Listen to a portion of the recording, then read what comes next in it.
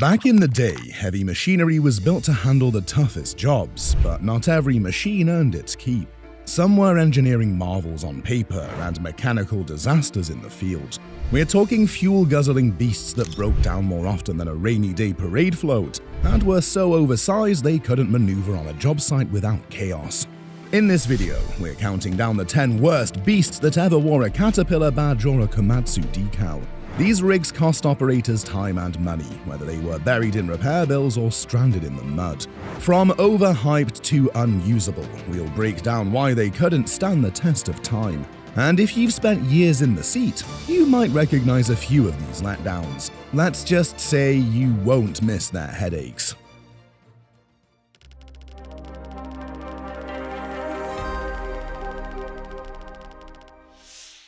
Let's start off big with the Liebherr T282B, which was once hailed as the world's largest and most powerful haul truck. While it might sound impressive, this beast was more of an unplanned technical mess-up rather than a complete success. The T282B's massive size and unrelenting thirst for fuel made it a nightmare for any mining operation. First, the T282B consumed up to 65 gallons of fuel per hour. Yes, you heard that right. An entire fuel tanker could easily get drained in just a few hours. On a typical day, this truck burns more than its maximum fuel tank capacity of 1,249.6 gallons.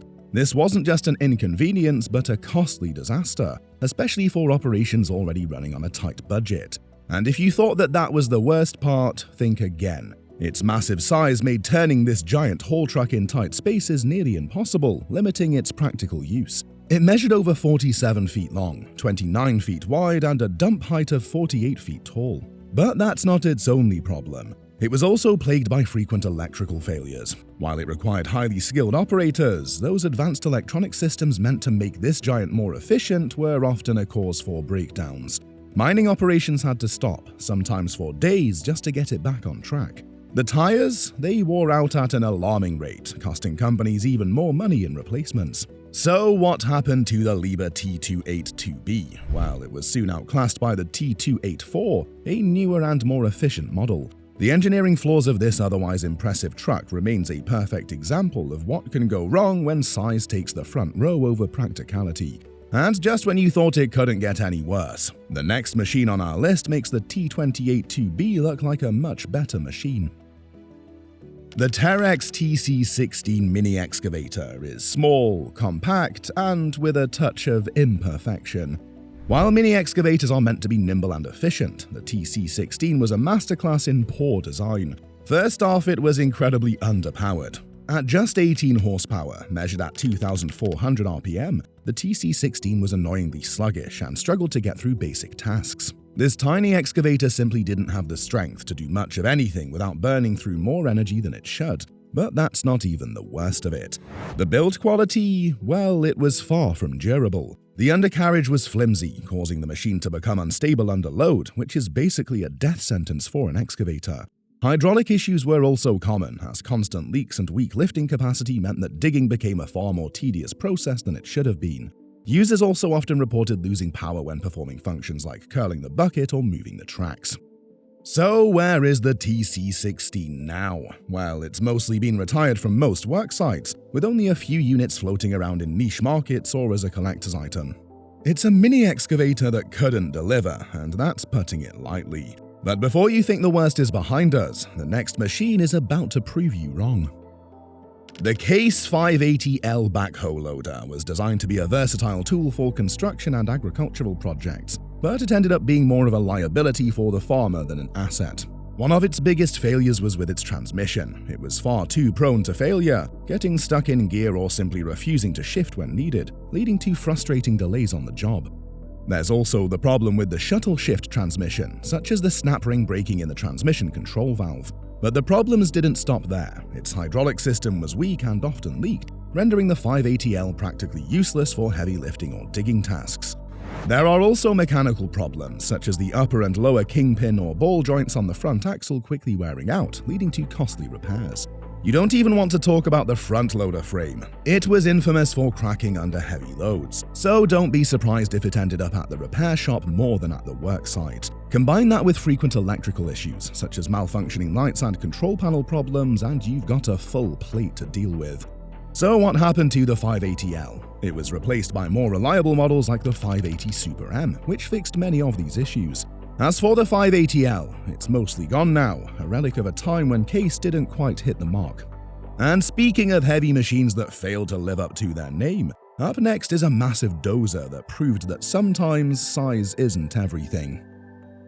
The later models of the Caterpillar D10N bulldozer might be powerful workhorses, but the early models, well, they were more like a mule that just wouldn't cooperate.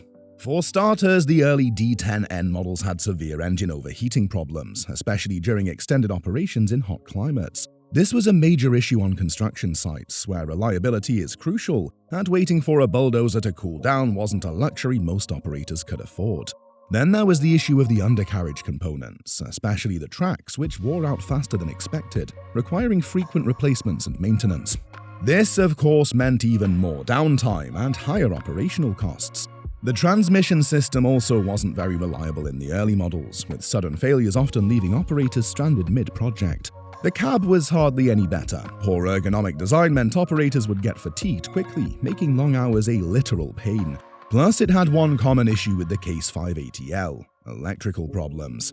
So where is the D10N now? Later models improved upon the flaws, but those early models are long gone, having been replaced by more reliable and user-friendly later versions of the D10. But just as bad as the D10N was, there's another, bigger, badder machine better at bungling tasks. The Bucyrus RH400 excavator was once the world's largest hydraulic excavator, but its early versions, well, not so impressive. Originally launched by Terex in Germany in 1997 when it was first introduced, the RH400 seemed like the ultimate excavation machine. However, its massive size came with an overwhelming set of problems. First off, the hydraulic system was anything but reliable. Leaks were common, and it struggled to maintain pressure during heavy digging operations, meaning it couldn't perform at full efficiency. The fuel consumption was absolutely off the charts. Powered by two 16-cylinder engines, both of which provided a combined power output of 4,500 horsepower at 1,800 RPM, the RH400 consumed ridiculous amounts of fuel, making it costly to operate for any mining company. Terex must have known about this inconvenience, which is why they fitted it with a 4,000-gallon capacity fuel tank. The machine was also prone to frequent breakdowns, often due to its complex electronics malfunctioning. Despite its early failures, the RH400 was eventually upgraded and acquired by Caterpillar, turning it into the CAT 6090FS. But those early versions still stand as a reminder of how pushing the boundaries of size and power can lead to a design nightmare. Next up is the Fiat Alice HD41 dozer, a machine that, despite its massive appearance and heavy-duty capabilities, ended up being more of a problem than an earth-moving solution.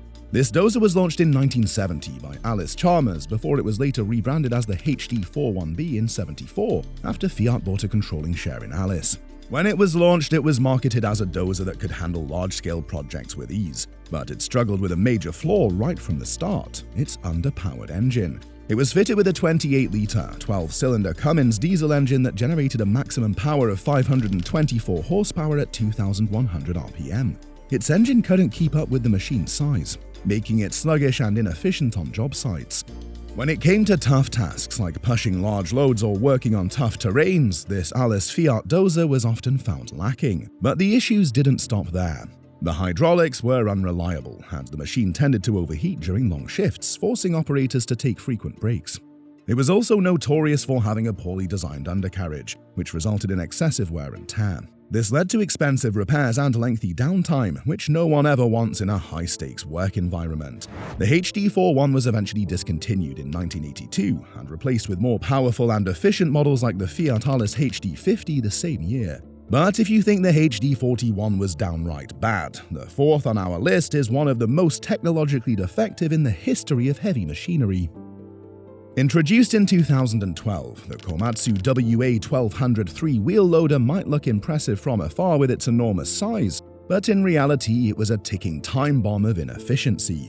First off, the fuel consumption was unbelievable. This massive machine empties its 1,347.3 gallons of fuel at an alarming rate, making it incredibly expensive to operate in the long run. But it wasn't just the fuel, it also consumed massive amounts of tires and other components, all of which came with a high price tag. Added to this is that it was plagued by hydraulic issues. The complex hydraulic system often fails, causing the loader to become slow and unresponsive. This not only led to breakdowns but also caused safety concerns, since the loader couldn't respond quickly enough during critical operations. Even more concerning were the operational problems. The machine was so large and unwieldy that it struggled to maneuver on tight job sites, making it difficult to operate in crowded or compact areas. This rendered it almost useless in certain environments, and those who owned it quickly realized that it wasn't worth the maintenance costs. So what happened to the WA-1200-3? It was eventually phased out in favor of more efficient and powerful loaders like the Komatsu WA-1200-6, which was introduced 8 years later. The WA-1200 became a forgotten relic that left behind a trail of expensive repairs and frustrated operators. And speaking of massive machines that failed, the third on our list is an absolute giant that was downright dangerous.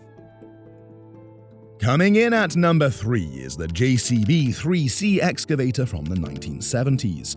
While JCB is known for producing reliable and versatile machines today, their 3C model from the 70s was a colossal mess. This excavator was marketed as a breakthrough in machinery design, but the reality was far from it. The 3C was notorious for frequent breakdowns. The hydraulics would constantly fail, rendering it useless for long periods. The machine's undercarriage was so poorly designed that it was prone to getting stuck or bogged down in soft ground. Many users reported issues with the clutch not fully disengaging and difficulty shifting gears. Several operators also constantly experienced heavy or unresponsive steering, which was mostly a result of issues with the hydraulic system. The engine, generally considered weak. The operator's cabin was also cramped, uncomfortable, and poorly insulated. For anyone spending long hours in the 3C, it was a nightmare. The 3C quickly gained a reputation for being unreliable and inefficient, leading to many JCB customers switching to other brands. Eventually, the model was discontinued and replaced with the JCB 3CX backhoe loader introduced in '85. While this excavator may have been retired, its legacy lived on in the form of complaints and maintenance bills for those who still have it. It may come as a shock that the second on the list is yet another cat machine. Developed and introduced by Caterpillar in 1985, the Cat 416E backhoe is one of those machines that seems like it should work, especially since it is cat, but instead it turned into a headache for anyone unlucky enough to operate it. One of the biggest problems with the 416E was its reliability, or rather the lack thereof. Powered by a 6-cylinder Caterpillar 3054C dyno engine with 75 horsepower at 2,200 RPM, the engine was prone to overheating, especially when working under heavy loads for extended periods.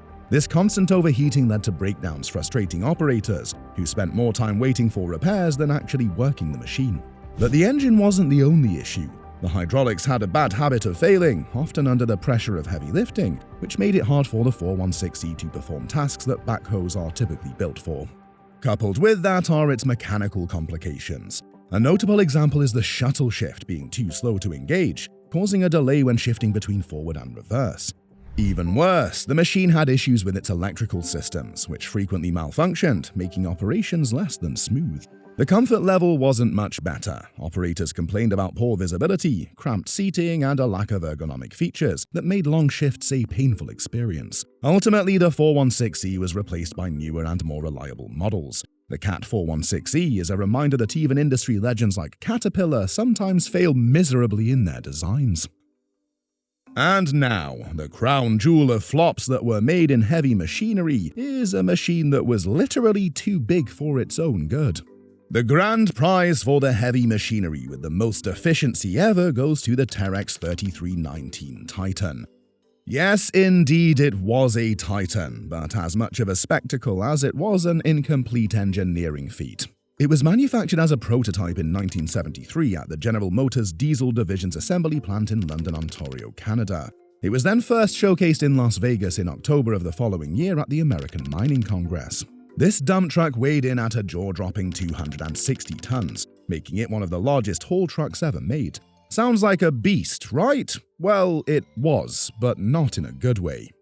Let's start with the fuel consumption. The Terex 3319 Titan burned through fuel like nobody's business. It had a fuel tank capacity of 953 gallons, but guzzled around 70 gallons per hour. With its massive size and weight, it was extremely inefficient, requiring more fuel than almost any other dump truck of its time. That was a huge financial burden for mining companies, who couldn't afford to keep refueling it every few hours. But fuel wasn't the only problem. The Titan's enormous size made it difficult to maneuver on most job sites. Its tires alone measure an incredible 4 meters or 13 feet in diameter, making it possible for a human being to stand on only its rims. These massive tires cost an astonishing $50,000 up to $100,000 per set. But that's not the only kicker. They also did wear out faster than expected. Apart from the financial liability this would have caused companies, the mechanical systems of the 3319 Titan were prone to frequent breakdowns, especially the transmission and brakes. This meant that this enormous haul truck would spend more time in the shop than on the job site. Hence, the manufacturers were smart enough not to produce any other unit. Despite its titanic presence, the Terex 3319 Titan was eventually retired after only a short run. It was mounted at Sparwood, British Columbia, Canada. In the end, the Terex 3319 Titan takes the top spot for its combination of poor design, terrible performance, enormous fuel consumption, and astronomical maintenance costs. Thankfully, the manufacturers were smart enough to realize this and produced only one, saving everyone the headache and liability it would have caused. Since the makers of this titanic truck themselves realized that their creation would probably create more problems than solutions for the user, then it deserves to come top of our list. Or which do you think should have come top? So there you have it, the Terex 3319 Titan, the Cat 416E backhoe, the JCB 3C, and all the others that made up the list of the 10 worst heavy machinery ever. From massive fuel guzzling to endless breakdowns, they prove bigger isn't better, and power doesn't mean productivity. A reminder, reliability and practicality always come first. Have you got a chance to work with some of the machines we mentioned? Leave us your experience in the comments. Don't forget to hit that like and subscribe button to keep our engines oiled.